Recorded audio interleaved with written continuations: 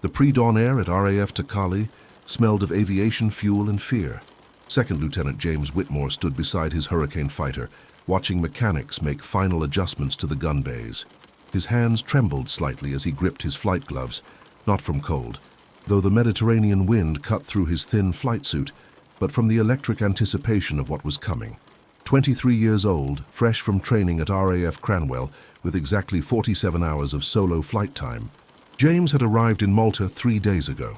The island sat like a defiant fist in the middle of the Mediterranean, strategically positioned between Sicily and North Africa, making it both invaluable to the Allies and a constant target for Axis forces. The Luftwaffe and Regia Aeronautica had been pounding the tiny island for months, determined to neutralize its threat to their supply lines. Squadron leader Robert Thornhill approached, his weathered face showing the strain of too many missions and too little sleep. At 36, he was considered ancient by fighter pilot standards. His eyes, surrounded by deep lines, studied James with an expression somewhere between pity and resignation. "Whitmore, you'll fly as Red 4, tail-end Charlie position. Stay in formation, watch your 6, and for God's sake don't do anything heroic. Your job is to come back alive and learn. That's all." James nodded, his throat too tight to speak. He'd heard the stories about Malta. The island had been under siege since June 1940, enduring more bombing than London during the Blitz. Pilots here flew 4, sometimes 5 missions a day. The average survival time for a replacement pilot was measured in days, not weeks. Flight Lieutenant David Morrison, call sign Bulldog, walked past without acknowledgement. Morrison had 17 confirmed kills and the Distinguished Flying Cross. He'd been on Malta since October, an eternity in this meat grinder. To him, James was already dead, just another replacement, who'd be shot down before learning which end of the Browning machine guns the bullets came out of. "New boy's going to get someone killed," Morrison muttered to his wingman, loud enough for James to hear. "Look at him shaking, probably piss himself before we even engage." The other veterans laughed, but it was hollow humor. They'd all been new once, though few remembered it. Malta had a way of burning away everything that came before. James climbed into his Hurricane's cockpit, the smell of oil, and cordite greeting him like an old friend. At least this was familiar. He'd logged hundreds of hours in Hurricanes during training, though those had been peaceful flights over the English countryside, not life-or-death struggles against experienced German and Italian pilots. The engine coughed to life with a thunderous roar, the Rolls-Royce Merlin's 12 cylinders producing 1,100 horsepower of raw power. James ran through his pre-flight checks mechanically, trying to calm his racing heart. Oil pressure good, fuel mixture rich, gun sight illuminated, 8 Browning 303 machine guns loaded with 2,660 rounds total. The radio crackled to life. "All red section aircraft. This is control. Radar reports large formation approaching from the north, estimated 40-plus bandits. Angels 15 bearing 340. Scramble, scramble, scramble." James's heart hammered against his ribs. 40 enemy aircraft. This wasn't a probing raid or harassment mission. This was the real thing. Thornhill's Hurricane lurched forward, and the rest of the flight followed. James pushed his throttle forward, feeling the Hurricane accelerate down the cratered runway. Someone had filled in the latest bomb holes with rubble just hours ago. The fighter bounced once, twice, then lifted into the air, the ground falling away beneath him. Malta spread out below, a scarred landscape of ancient stone buildings, bomb craters, and desperate defenses. The island was barely more than 17 miles long and 9 miles wide, yet it had absorbed more tonnage of bombs than any other place on Earth. From above, James could see the grand harbor at Valletta, still smoking from yesterday's raids, and the scattered remains of what had once been airfields. "Red section, form on me." Thornhill's voice came through the headset, steady and calm. "Climb to Angels 20. We'll have the sun at our backs." James tucked into formation, his Hurricane rising through scattered clouds. Below, the Mediterranean stretched endlessly, a deceptively peaceful blue. Somewhere out there in the haze between sea and sky, 40 enemy fighters and bombers were approaching, intent on reducing what remained of Malta to rubble. At 15,000 feet, James could see them, dark specks against the northern horizon, growing larger by the second. His mouth went dry. He'd imagined this moment countless times during training, but nothing had prepared him for the reality of watching death approach at 300 miles per hour. Tally-ho! Morrison's excited voice cracked through the radio. Stukas with Me-109 escorts. Looks like 24 dive bombers, 20 fighters. The German formation was textbook perfect. Junkers Ju-87 Stuka dive bombers in tight formation, protected above and behind by Messerschmitt Bf-109F fighters. The 109s were superior to the Hurricane in almost every respect. Faster, more maneuverable, better armed. The only advantage the Hurricane had was durability and, if the pilot was skilled enough, turning radius.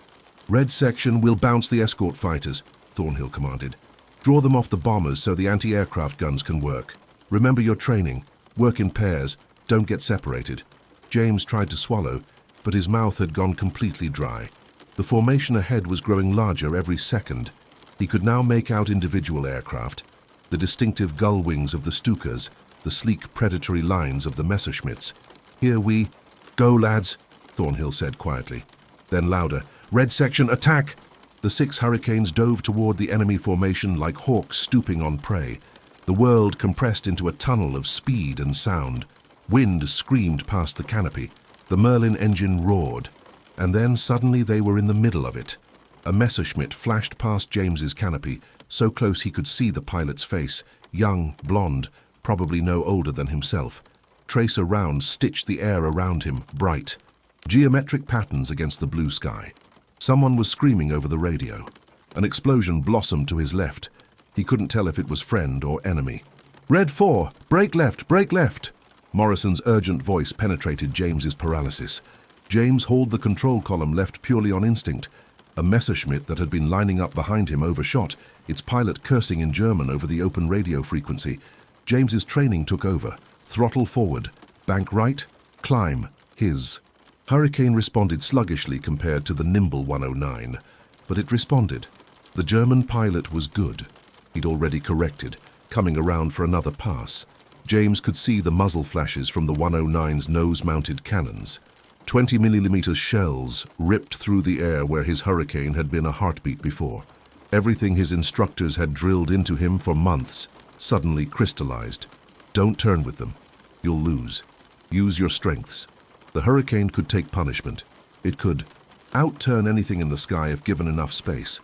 James pulled into a steep climbing turn, bleeding off speed deliberately. The Messerschmitt, going too fast, shot past again. For a moment, just a heartbeat, James had a clear shot. His thumb found the gun button on the control stick. 8 Browning machine guns roared to life, sending 2,660 rounds per minute downrange. Tracer rounds walked across the Messerschmitt's fuselage. Metal sparked. The 109's canopy shattered. The aircraft nosed over, trailing black smoke, and began its long fall toward the Mediterranean. James's hands shook on the controls. He'd just killed a man. Someone's son, possibly someone's father. A human being who'd been alive 5 seconds ago. Good kill, Red 4! Thornhill's voice brought him back. Stay alert. There's 3 more on your 7 o'clock. 3 more. James twisted in his seat, looking back. 3 Messerschmitts were forming up, recognizing the new pilot, and moving in for the kill. The sky had become a chaotic swirl of aircraft. Hurricanes and Messerschmitts locked in a deadly dance, while below them, the Stukas began their screaming dives toward Valletta's harbor. The lead 109 came in high, forcing James down.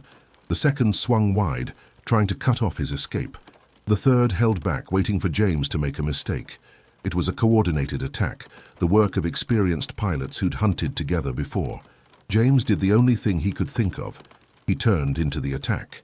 Instead of running, he aimed his Hurricane directly at the lead Messerschmitt, committing to a head-on pass that would end with one or both of them dead.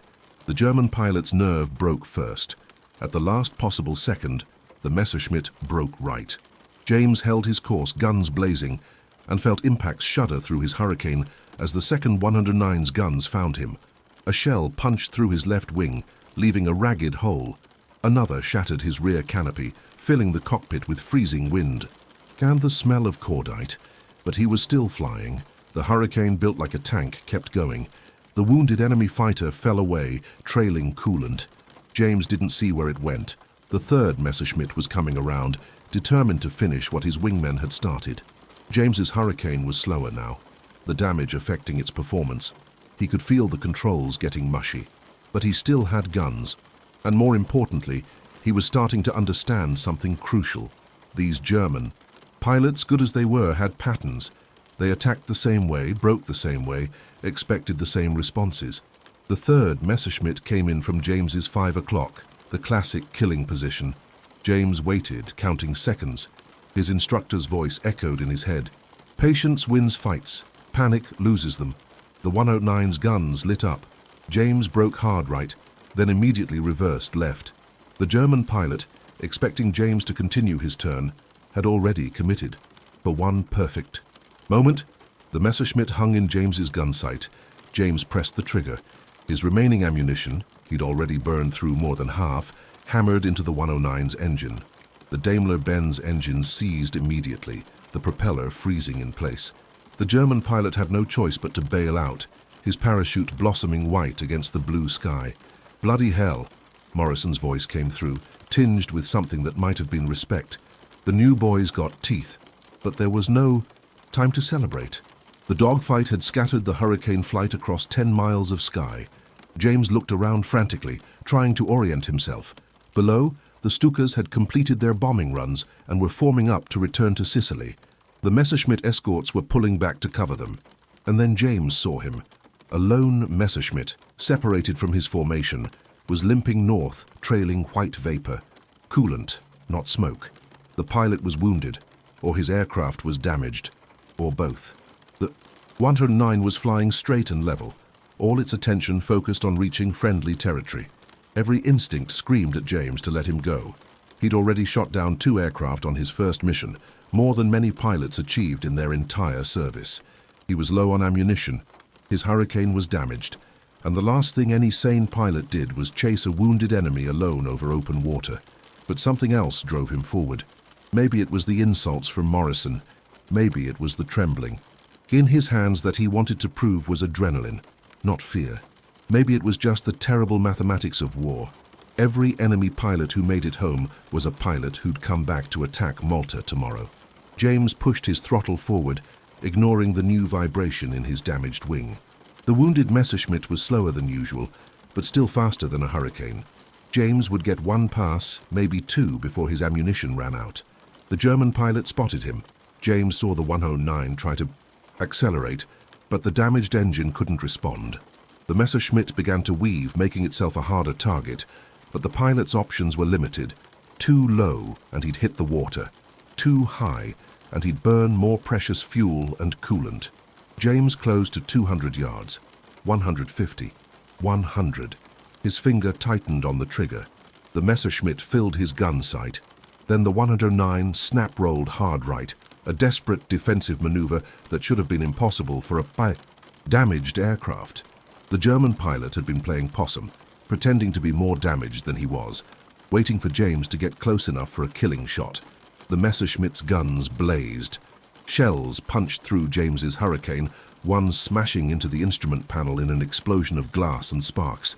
Another struck the armor plate behind James's seat, the impact feeling like being kicked by a horse. But James didn't break off. Instead, he did something completely insane.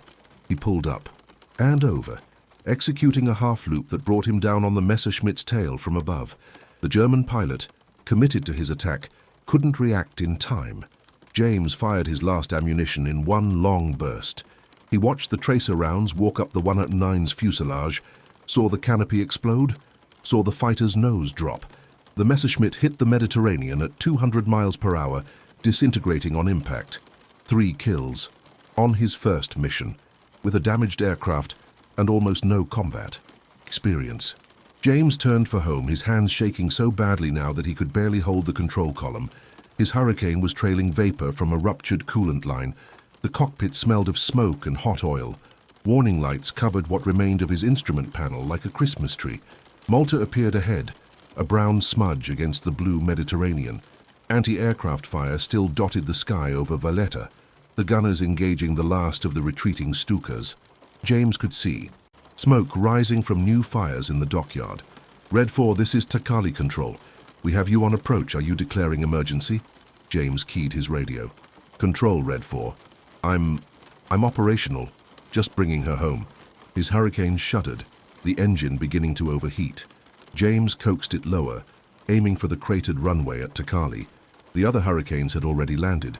He could see ground crew and pilots gathered outside the dispersal hut, watching. The hurricane's wheels touched down hard, bouncing twice before settling. James applied brakes gently. Too hard and the damaged aircraft might ground loop. The fighter rolled to a stop near the sandbag revetments, where ground crew waited with fire extinguishers. James sat in the cockpit for a long moment, unable to move. His whole body was shaking now, adrenaline giving way to delayed shock. He'd been in combat for less than 20 minutes, but it felt like hours had passed. Thornhill appeared beside the aircraft, climbing up on the wing to help James unbuckle his harness. The squadron leader's face was grim. Morrison went down, saw his chute, so Jerry probably picked him up. Davies took a 20mm through the engine and ditched in the harbor. Rescue boat got him. Henderson's nursing a shot-up hurricane back from the north, and Thornhill looked at the bullet holes covering James's aircraft, at the shattered canopy and smoking engine, and shook his head slowly. Ground crew counted your hits. 3. Confirmed kills. 3 Messerschmitt 109s. On your first mission. He paused. That's either the luckiest flying I've ever seen, or you're a natural-born killer. Not sure which scares me more. James finally found his voice. I did what training taught me, sir. Stayed calm, looked for opportunities. Stayed calm. Thornhill laughed, but there was no humor in it. You chased a wounded 109 over open water with a damaged aircraft. That's not calm, Whitmore. That's either bravery or stupidity. And in this business, there's not much difference. The ground crew chief, a grizzled sergeant named Wilson, was already examining the hurricane's damage. She's done, sir. Coolant systems shot, hydraulics are leaking, main spars compromised. This bird won't fly again without a complete rebuild, and we don't have the parts or time. Another hurricane lost. Malta was bleeding aircraft faster than replacements could arrive. Every fighter shot down, every aircraft damaged beyond. Repair brought the island one step closer to having no air defense at all. The other pilots emerged from the dispersal hut as James climbed down from the wing. His legs almost gave out when he hit the ground. He grabbed the wing for support, hoping no one noticed. But they had noticed. They noticed everything. 3 kills, said Henderson, a stocky Welshman with burn scars on his hands. 3 bloody kills. Do you know how long it took me to get 3 kills? 4 months. 4 months of flying. Every day, twice a day, dodging flak and Messerschmitts. Flight Lieutenant Peters, who'd been on Malta since before Christmas, stepped forward. What was it like? Your first kill? James thought about the young German pilot, the face he'd glimpsed just before firing. Terrifying, and then nothing. Just moving to the next one. That's the thing they don't tell you in training, Peters said quietly. It's not Hollywood. You don't feel triumphant. You just feel empty, like you've crossed a line you can never uncross. Thornhill cut in. Whitmore, you've got 2 hours to rest, eat something, and get your head right. Then you're back up. We've got intelligence suggesting another raid this afternoon. James stared at him. 2 hours? But Welcome to Malta, Thornhill said. We fly until we can't fly anymore. Then we fly anyway. 2 hours. Use them wisely. The debriefing was held in a stone building that had once been a farmhouse. An intelligence officer, Lieutenant. Crawford took James through every detail of the mission. Altitude, speed, enemy positions, weapons effectiveness. He seemed particularly interested in the 3rd kill, the Messerschmitt that had played damaged. That's a new tactic, Crawford said, making notes. Pretending to be wounded to draw pursuit. We need to warn the other squadrons. Did you notice any markings on the aircraft? Unit insignia? James closed his eyes, trying to remember. In the heat of combat, most details had blurred together, but yellow nose. And I think a shield or crest on the fuselage. Black and white? That's Jagdgeschwader 53, the Picasse squadron, based in Sicily. Some of the Luftwaffe's best pilots. Crawford looked up from his notes. You just shot down 3 of Goering's finest on your first day. They're not going to be happy about that. I wasn't trying to make them happy, sir. Crawford actually smiled. No, I suppose not. All right, Whitmore. Get some rest. And, well done. Truly. James walked to the mess, a converted cellar with wooden tables and mismatched chairs. The cook, a cheerful Maltese woman named Rosa, served him a plate of bully beef and hard bread. It was the standard fare. Malta was under blockade, and fresh food was rarer than ammunition. "I heard about your fight," Rosa said in accented English. "3 Germans. Everyone is talking." "They talk too much," James said, but he managed a weak smile. He ate mechanically, tasting nothing. His hands still shook, slightly, and every loud noise made him flinch. Post-combat stress, the doctors called it. Most pilots experienced it after their first real action. The other pilots gave him space, which James appreciated. He wasn't ready for congratulations or questions. He just wanted to sit quietly and process what had happened, but there was no time. 2 hours, Thornhill had said. 2 hours to transform from a terrified rookie into a veteran pilot ready to do it all again. James found a cot in the pilot's quarters, a series of interconnected caves carved into the limestone beneath the airfield. The caves were cool and dark, offering some protection from bombing raids. He lay down, knowing he should sleep, but unable to quiet his racing thoughts. He kept seeing the first Messerschmitt, the one he'd shot down in the initial engagement, kept wondering about the pilot. Did he have a family, a girlfriend waiting in Germany? Had he been drafted, or had he volunteered, full of patriotic fervor, just as James had? War made philosophers of everyone, eventually. Or corpses. Sleep came in fragments, troubled by dreams of falling aircraft and faces glimpsed through gun sights. When Wilson shook him awake, James felt like he'd barely closed his eyes. "Time, sir. Radar's picking up another formation inbound, big one." James stumbled to his feet, his body protesting every movement. His neck hurt from the combat maneuvers. His hands were sore from gripping the control column. His ears still rang from the gunfire. But he could fly. That's all that mattered. The Hurricane waiting for him was different from his morning aircraft. This one was older, more worn. The paint was faded, and patches covered old bullet holes. Someone had named her Malta Maid and painted a crude illustration of a girl in a bikini on the nose. "She's not pretty, but she flies," Wilson said, helping James with his parachute harness. "Guns are freshly loaded, full fuel, and I checked everything twice. You bring her back. You hear? We're running out of aircraft faster than pilots, which is saying something." The afternoon sky was different from the morning's clear blue. Clouds had rolled in from the north, heavy and dark with the promise of rain. Good bombing weather. The clouds would give the attackers cover until the last moment. Thornhill's briefing was terse. 30-plus bandits, mix of bombers and fighters. They're going for the fuel dumps this time. If they hit them, we're done. No fuel means no flights, which means Malta becomes a helpless target. Clear? Everyone nodded. The mathematics were brutal but simple. Defend the fuel, or die slowly when you couldn't fly anymore. This time, James flew as Red 3, a promotion of sorts. Henderson would watch his 6, which was both comforting and terrifying. If James made a mistake, Henderson would pay for it. They climbed through the clouds, breaking into clear sky at 18,000 feet. The Mediterranean spread below them, the clouds casting massive shadows on the water, beautiful and deadly. "Contacts, 11 o'clock high," Henderson called. "Jesus, there's dozens of them." The German formation was larger than the morning's raid. Junkers Ju-88 medium bombers in tight boxes, each box protected by circling Messerschmitts. They'd learned from the morning's losses and were taking no chances.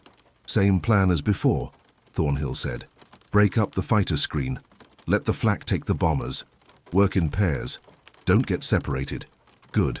"Hunting?" The Hurricanes dove into the attack, and once again James found himself in the heart of chaos. A Messerschmitt appeared in front of him, so suddenly he almost collided with it. He fired on instinct, saw his round strike home, saw the 109 roll over and dive away trailing smoke. "Splash one!" Henderson's voice excited. "Good shoot in Red 3. But there was no time to celebrate. 2 more Messerschmitts were converging on him from different angles, a coordinated attack designed to give him no escape. James pulled hard right, then reversed left, trying to throw off their aim. Tracer rounds filled the air around him, a deadly light show. One of the Messerschmitts overshot, and suddenly Henderson was there, guns blazing. The 109 staggered under the impact, pieces flying off its tail, then nosed over and fell. "Even trade," Henderson laughed. "You save me, I save you. That's how it works." The radio chatter was constant now. Pilots calling out targets, warnings, confirmations. Someone was screaming, someone else was praying, and underneath it all the steady crackle of static and distance. James spotted a Messerschmitt climbing away from the fight, trying to gain altitude for another attack.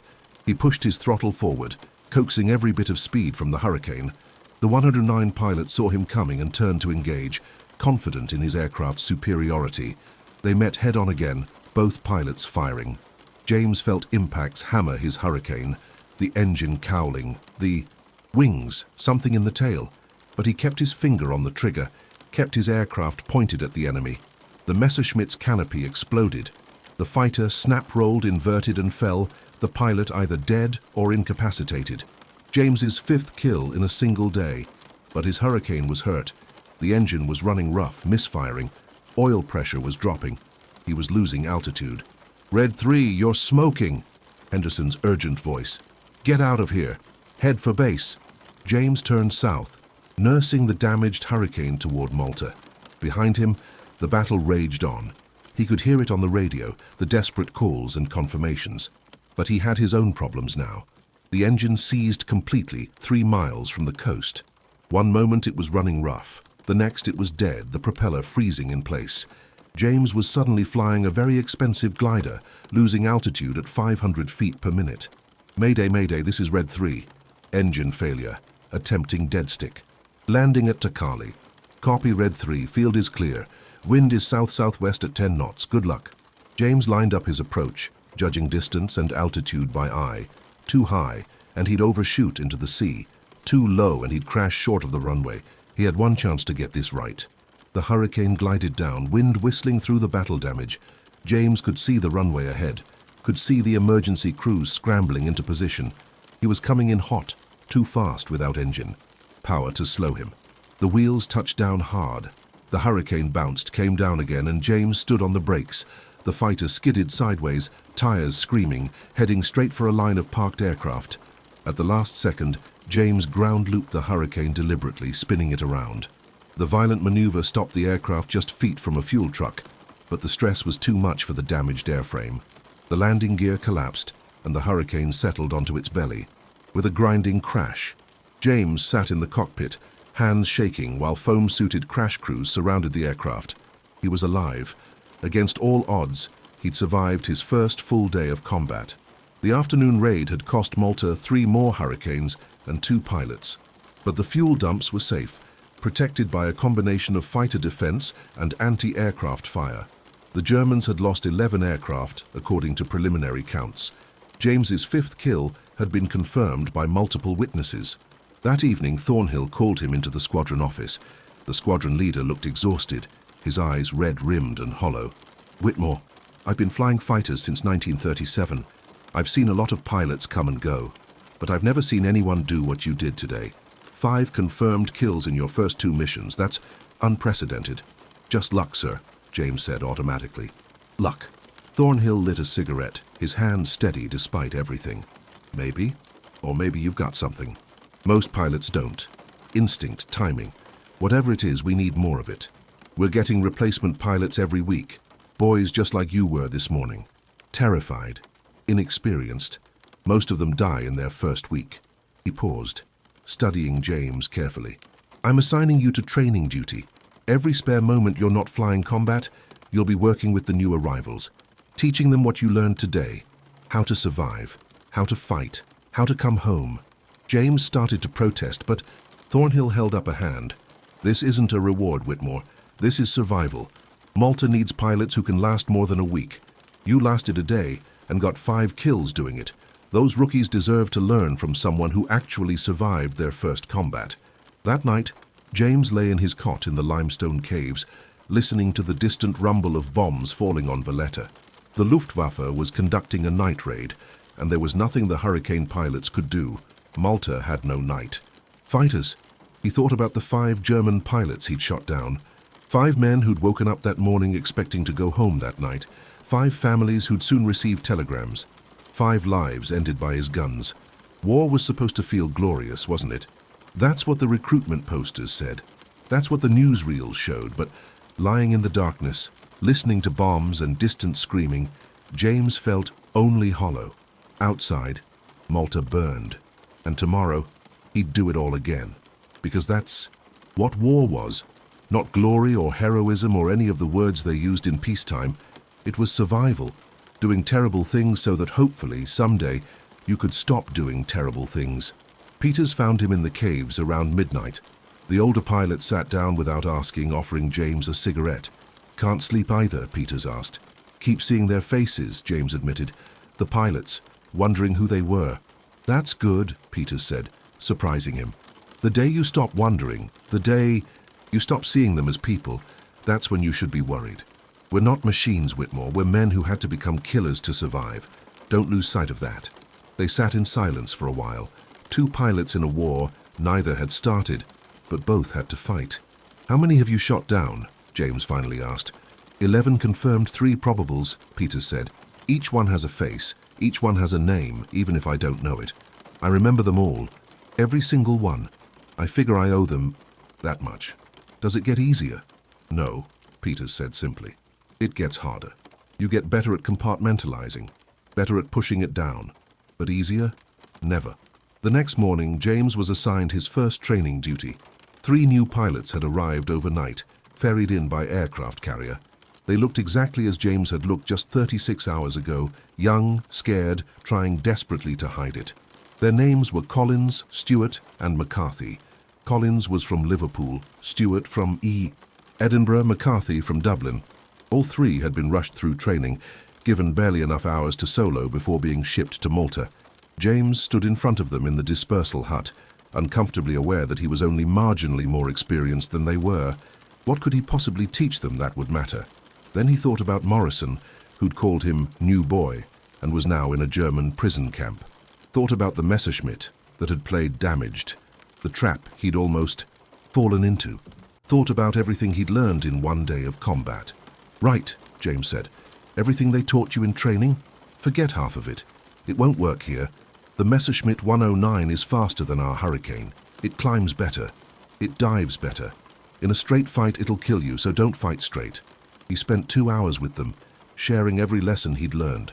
How to use the Hurricane's turning ability, how to watch for traps, how to stay calm when everything around you was chaos, how to remember that the enemy pilots were people too, but that couldn't stop you from doing what needed to be done. They listened with the intensity of men who knew their lives depended on it, because they did. That afternoon, James flew his 3rd combat mission. The raids were smaller now. The Germans were rotating squadrons, giving their pilots rest. James flew with Collins as his wingman, the rookie pilot's Hurricane staying glued to his tail. They encountered a small formation of Messerschmitts over the coast. James engaged cautiously, making sure Collins stayed with him, calling out every move before he made it. When a 109 got on Collins's tail, James was there immediately, driving the German off with a sustained burst that damaged the enemy fighter's engine. Collins managed to stay alive. That was victory enough. Over the following weeks, James became something he'd never expected to be, a veteran. He flew 4, sometimes 5 missions a day. He shot down 3 more aircraft, bringing his total to 8 confirmed kills. More importantly, he kept his assigned rookies alive. Collins, Stewart, and McCarthy all survived their first week, then their second. The raids continued relentlessly. Malta was running out of everything: food, fuel, ammunition, aircraft, pilots. But it held on, defiant, refusing to yield despite the impossible odds. James learned to compartmentalize, just as Peters had said. The faces of the enemy pilots faded slightly, though they never disappeared entirely. He became efficient, clinical even, in combat. But in the quiet moments in the caves at night, he remembered that he was still human. Letters from home helped. His mother wrote about everyday things: the weather, the garden, news from neighbors. She never asked about combat, sensing perhaps that he couldn't talk about it even if he wanted to. His father, a veteran of the Great War, sent shorter notes that said more: "Proud of you. Come home safe." One evening in late April, Thornhill called the squadron together. The squadron leader looked different, older somehow, despite only 6 weeks having passed since James arrived. "We've received word," Thornhill said quietly. "Operation Bowery has succeeded. HMS Eagle and USS Wasp delivered 60 Spitfires to Malta. They're being assembled now. We'll finally have fighters that can match the 109s. The room erupted in cheers. Spitfires. Real air superiority fighters, not the outdated Hurricanes they'd been flying. But Thornhill wasn't smiling. There's more. The Germans know about the Spitfires. Intelligence suggests they're planning a massive raid to destroy them on the ground before they can fly. Everything they have, every bomber, every fighter, they're going to try to crush Malta once and for all. The cheering stopped. When? Peters asked. Tomorrow morning, Thornhill said. We'll have maybe a dozen Spitfires operational by then. The rest will be our Hurricanes, against what intelligence estimates is over 100 German and Italian aircraft. The biggest raid yet. Nobody spoke. The mathematics were impossible. Even with Spitfires, they were outnumbered 10-1. Get some rest, Thornhill said. All of you. Tomorrow we find out if Malta lives or dies. That night, James wrote a letter home, just in case. He kept it simple, telling his parents he loved them, that he was proud to serve, that they shouldn't worry. He gave the letter to Rosa in the mess, asking her to mail it if something happened to him. Nothing will happen, Rosa said firmly. You are blessed, I can tell. James wished he had her certainty. The pre-dawn scramble was the largest James had seen. Every Hurricane that could fly, plus the handful of operational Spitfires, climbed into the dark sky. James flew a Spitfire for the first time. The difference from the Hurricane was immediately apparent. The aircraft was faster, more responsive, more alive. If he survived this, he thought, he might actually enjoy flying. Again. They climbed to 25,000 feet, higher than the Hurricanes could effectively operate. Below them, the island was dark, except for the harbor lights and a few fires from the previous night's raid. The sun rose behind them, painting the eastern sky gold and red, beautiful and terrible. And then they came. The German formation filled the northern sky, bombers in massive boxes, fighters stacked above and around them in protective layers. More aircraft than James had ever seen in one place. It looked less like a military formation and more like a migration of deadly birds.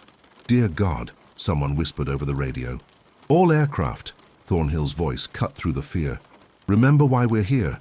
Those bombers want to destroy everything we've fought for, every mission we've flown, every mate we've lost. Today we show them that Malta does not surrender. Malta does not break. Malta fights. Good hunting, gentlemen. The fighters dove into the attack. What followed was less a battle than a sustained brawl that lasted over 2 hours. Aircraft filled the sky at every altitude, every angle. James lost count of how many times he fired, how many enemies he engaged. His Spitfire danced through the formations, faster and more agile than anything he'd flown before. He shot down 2 Messerschmitts in the opening minutes, using the Spitfire's superior speed to bounce them before they could react. A Machi C-202 tried to engage him, and James outturned the Italian fighter, before sending it down in flames. His 4th kill of the battle came when he caught a Junkers Ju-88 bomber, separated from its formation, hitting it with such concentrated fire that the bomber's wing simply folded and tore away. But the cost was terrible. James watched Collins die, his Hurricane exploding when a Messerschmitt's cannon shells hit his fuel tank, saw Stuart's aircraft, trailing fire, heading down toward the sea. The radio was chaos. Screams, prayers, curses, triumph, and despair mixed together. The bombers that got through hammered the airfields. James could see explosions blossoming across Takali, across Lucca, across the dispersal areas where the precious Spitfires were parked. Each explosion meant another aircraft lost, another piece of Malta's defense destroyed. But not all the bombers got through. The combination of fighters and anti-aircraft fire created a wall of death that the Germans couldn't penetrate intact. Bombers fell from the sky, trailing fire and debris. Parachutes blossomed like terrible flowers. James's ammunition ran out after his 4th kill. He continued to fly aggressive passes anyway, hoping to break up formations and give the bombers' gunners something to think about. It worked.